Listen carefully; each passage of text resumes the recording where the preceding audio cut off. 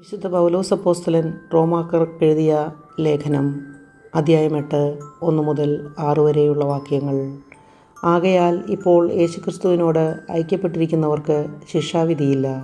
എന്തെന്നാൽ യേശുക്രിസ്തുവിലുള്ള ജീവാത്മാവിൻ്റെ നിയമം നിന്നെ പാപത്തിൻ്റെയും മരണത്തിൻ്റെയും നിയമത്തിൽ നിന്ന് സ്വതന്ത്രനാക്കിയിരിക്കുന്നു. ശരീരത്താൽ ബലഹീനമാക്കപ്പെട്ട നിയമത്തിന് അസാധ്യമായത് ദൈവം ചെയ്തു. അവിടുന്ന് തൻ്റെ പുത്രനെ പാപപരിഹാരത്തിനു വേണ്ടി പാപകരമായ ശരീരത്തിൻ്റെ സാദൃശ്യത്തിൽ അയച്ചുകൊണ്ട് പാപത്തിന് ശരീരത്തിൽ ശിക്ഷ വിധിച്ചു.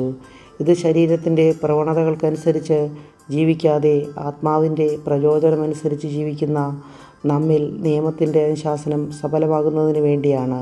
എന്തെന്നാൽ ജഡികമായി ജീവിക്കുന്നവർ ജഡിക കാര്യങ്ങളിൽ മനസ്സ് വയ്ക്കുന്നു, ആത്മീയമായി ജീവിക്കുന്നവരാകട്ടെ ആത്മീയ കാര്യങ്ങളിൽ മനസ്സ് വയ്ക്കുന്നു. ജഡികാഭിലാഷങ്ങൾ മരണത്തിലേക്ക് നയിക്കുന്നു, ആത്മീയാഭിലാഷങ്ങൾ ജീവനിലേക്കും സമാധാനത്തിലേക്കും. നമ്മുടെ കർത്താവായ മിശിഹായ്ക്ക് സ്തുതി. വിശുദ്ധ മത്തായി അറിയിച്ച നമ്മുടെ കർത്താവ് ഈശോ മിശിഹായുടെ പരിശുദ്ധ സുവിശേഷം അധ്യായം 6 19 മുതൽ 24 വരെയുള്ള തിരുവചനങ്ങൾ. ഭൂമിയിൽ നിക്ഷേപം കരുതി വയ്ക്കരുത്. തുരുമ്പും കീടങ്ങളും അവ നശിപ്പിക്കും, കള്ളന്മാർ തുരന്ന് മോഷ്ടിക്കും.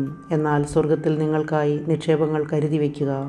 അവിടെ തുരുമ്പും കീടങ്ങളും അവ നശിപ്പിക്കുകയില്ല, കള്ളന്മാർ മോഷ്ടിക്കുകയില്ല.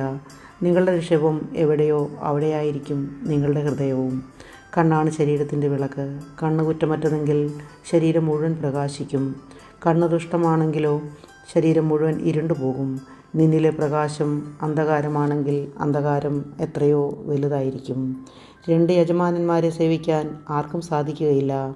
ഒന്നുകിൽ ഒരുവനെ ദ്വേഷിക്കുകയും അവരനെ സ്നേഹിക്കുകയും ചെയ്യും, അല്ലെങ്കിൽ ഒരുവനെ ബഹുമാനിക്കുകയും അവരനെ നിന്ദിക്കുകയും ചെയ്യും. ദൈവത്തെയും മാമോനെയും സേവിക്കാൻ നിങ്ങൾക്ക് സാധിക്കുകയില്ല. നമ്മുടെ കർത്താവായ മിശിഹായ്ക്ക് സ്തുതി.